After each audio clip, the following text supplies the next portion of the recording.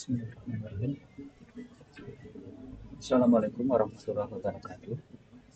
Pada kesempatan kali ini, saya akan coba menyampaikan hasil evaluasi tugas besar terkait dengan mata kuliah Finite Element and Multiphysics dengan judul Pengembangan Model ANN untuk Analisis Multiphysics, Struktur Komposit sebagai Alternatif Metode Finite Element. Dibuat oleh saya sendiri, Wahyu Purnawirawan, 2206107180.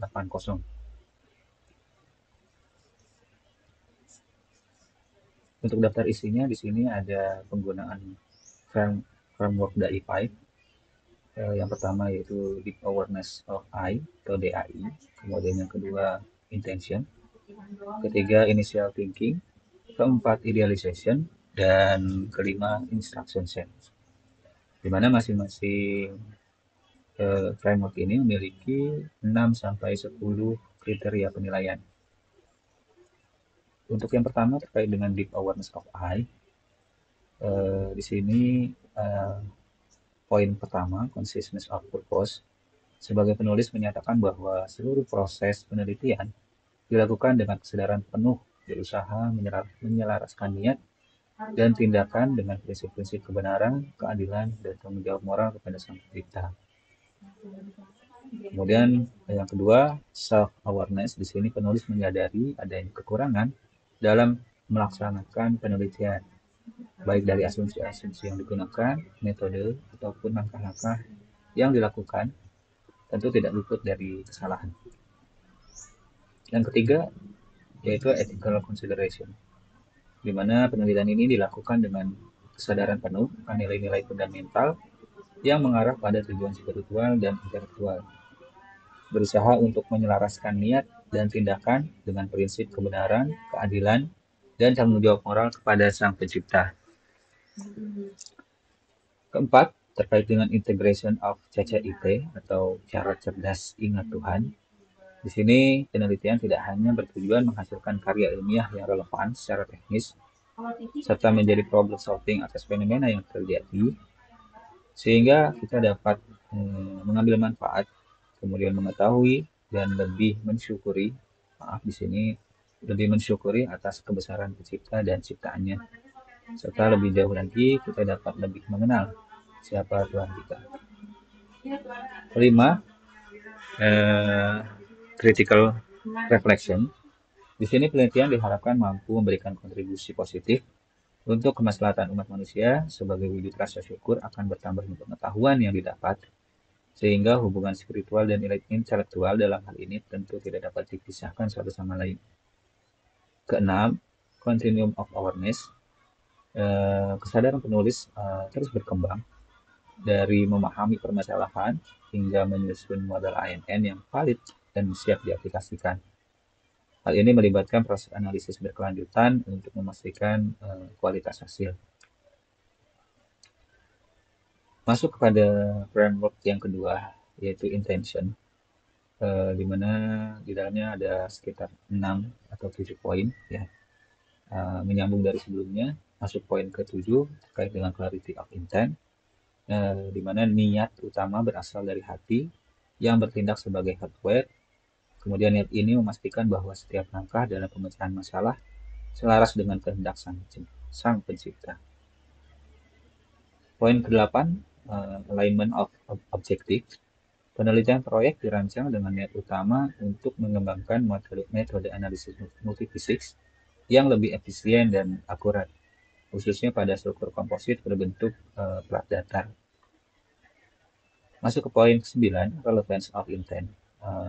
Dengan mengintegrasikan metode artificial neural network atau ANN sebagai alternatif finite element method atau FEM, proyek ini bertujuan mendorong efisiensi komputasional, mengurangi waktu ya dalam simulasi.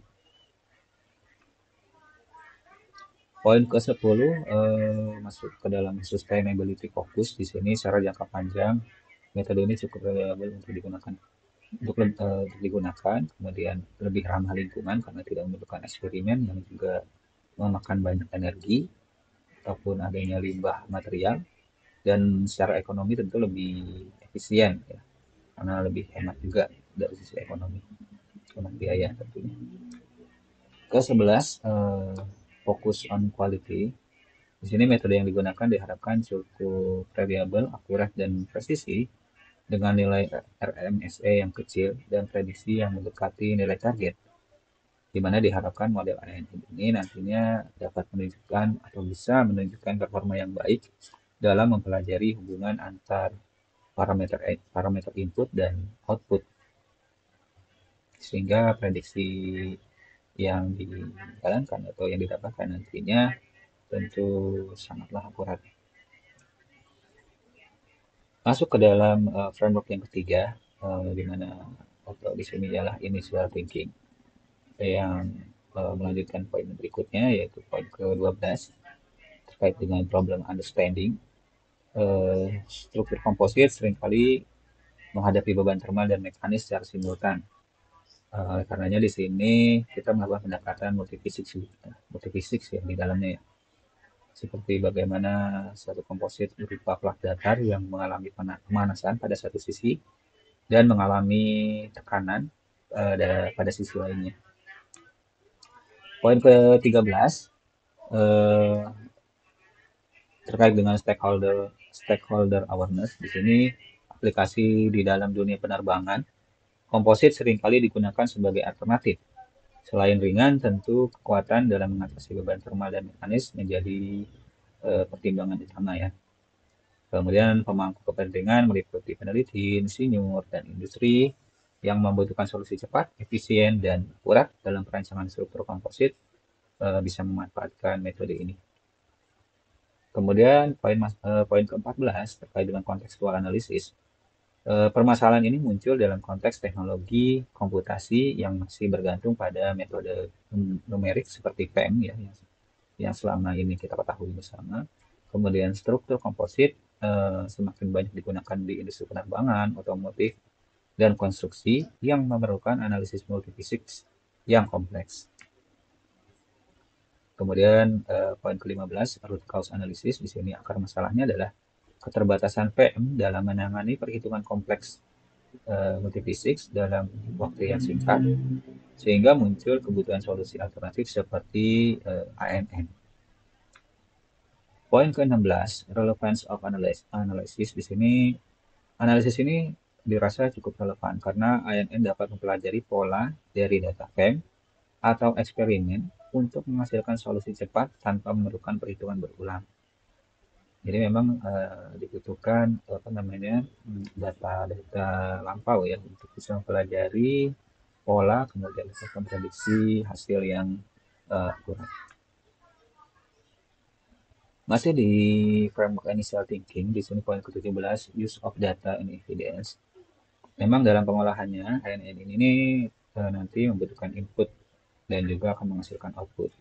Adapun input ataupun faktor yang digunakan di sini adalah geometri berupa tebal, panjang, ataupun lebar daripada material komposit plak datar tadi. Kemudian modulus elastisitas material, koefisien ekspansi termal.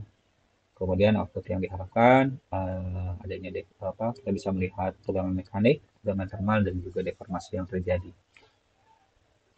Masuk ke dalam framework yang keempat berupa yaitu idealization. Ya, melanjutkan poin selanjutnya, poin 18, yaitu assumption clarity. Di sini kita memasukkan asumsi-asumsi ya, material bersifat isotropik ya, atau homogen pada seluruh bagian. Kemudian berdirinya kita fix di salah satu sisinya. Kemudian distribusi termal merata dan tidak terjadi konveksi atau perpindahan panas keluar sistem ya. Yang berikutnya poin 19 terkait dengan creativity and innovation. Di sini penggunaan ANN sebagai alternatif PEM adalah pendekatan yang cukup inovatif karena dianggap mampu mengurangi beban komputasi. Kemudian sementara tetap mempertahankan akurasinya yang cukup tinggi. Kemudian poin ke-20 terkait dengan physical realism. Di sini idealisasi mempertimbangkan hukum fisika seperti konservasi energi, keseimbangan gaya, serta sifat anisotropik material komposit. Poin ke-21, alignment with intent, bagaimana penyelarasan dengan niat awal. Di sini model ANN dikembangkan sesuai dengan tujuan awal untuk meningkatkan efisiensi dan keberlanjutan dalam analisis struktur komposit. Poin ke-22, scalability and adaptability. Model ANN dapat diadaptasikan ke berbagai jenis struktur komposit dengan variasi material, beban, dan juga kondisi batas. Poin ke-23, simplicity and elegance. Di sini ANN menawarkan solusi yang lebih sederhana, cepat, dan tidak memerlukan iterasi numerik panjang seperti PEM, namun tetap menghasilkan hasil yang presisi. Kemudian masuk ke dalam framework yang kelima berupa instruction set. Di sini melanjutkan poin ke-24 berupa clarity of steps, di mana langkah-langkahnya saya coba gambarkan ke dalam bentuk flowchart ya. Di mana flowchart ini pun mewakili dari beberapa poin yang ada di dalam instruction set, salah satunya poin ke-24 ya. Langkah-langkah solusi dijelaskan secara berurutan, dimulai dari pembuatan model, pengumpulan data geometri, hingga simulasi menggunakan perangkat lunak sehingga didapatkan dataset. Kemudian ya, dari diagram alir ini menunjukkan langkah-langkah secara jelas. Poin ke-25, comprehensiveness. Di sini proses mencakup semua aspek penting seperti pemodelan, interpretasi fisik dengan simulasi finite element, pengujian model ANN, kemudian ada pendekatan iteratif juga untuk secara berulang memastikan tidak ada celah ya kesalahan. Kemudian poin ke-26 terkait dengan physical interpretation. Di sini interpretasi fisik ditunjukkan dengan penggunaan simulasi finite element menggunakan perangkat lunak SolidWorks ataupun ANSYS dalam analisis 2D ataupun 3D. Ini memberikan makna fisik terhadap hasil numerik ataupun keputusan desain. Kemudian poin ke-27 error minimization. Di sini pada diagram kita juga dapat melihat adanya langkah pengurangan error melalui perhitungan RMSE, root mean square error.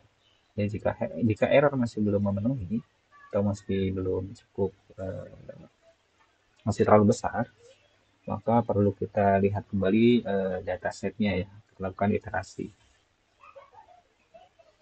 Kemudian masuk ke dalam poin 28, verification and validation.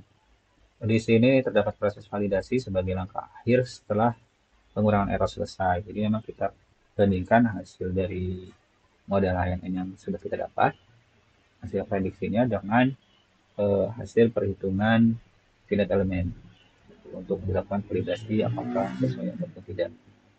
Ya, bahwa solusi yang dihasilkan, dipastikan bahwa solusi yang dihasilkan sudah benar dan sesuai dengan tujuan awalnya.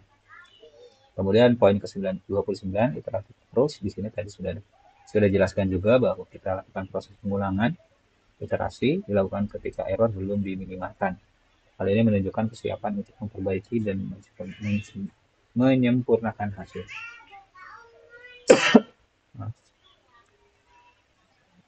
Masih di framework terkait dengan instruction set. Di sini kriteria ke-30 sustainability integration ya, meskipun tidak dituliskan secara eksplisit di dalam flowchart, penggunaan metode simulasi numerik seperti finite element dapat dihubungkan dengan praktik berkelanjutan melalui pengurangan kebutuhan prototipe fisik sehingga lebih hemat sumber daya ke depannya, seperti itu.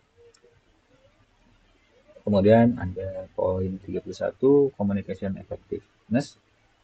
Di sini instruksi disajikan dalam bentuk diagram alir yang jelas dan mudah diikuti sehingga dapat dipahami oleh pihak lain yang akan menerapkan solusi tersebut. Kemudian poin ke-32 terkait dengan alignment with the DAI5 framework. Diagram ini mempertahankan konsistensi dengan langkah-langkah DAI5 sebelumnya dari perencanaan model, pengujian hingga validasi. Dan masuk kepada kriteria yang terakhir, ke kriteria poin 33 terkait dengan documentation quality. Proses ditutup dengan penyelesaian solusi, penyajian dalam bentuk grafik, diagram, serta konfigurasi model lain yang terbaik yang dapat digunakan sebagai model prediktif sebagai alternatif solusi atas PEM, menunjukkan kualitas dokumentasi. Jadi semuanya terdokumentasi dalam file ya, yang di dalamnya terdapat diagram, kemudian grafik dan juga model ANN terbaik, sehingga dapat dipastikan pemanfaatan alternatif ANN ini memang berkualitas seperti itu. Demikian apa yang bisa saya sampaikan terkait dengan evaluasi tugas besar yang juga disampaikan pada UAS unit elemen multifisik. Semoga bermanfaat. Demikian dari saya. Assalamualaikum warahmatullahi wabarakatuh.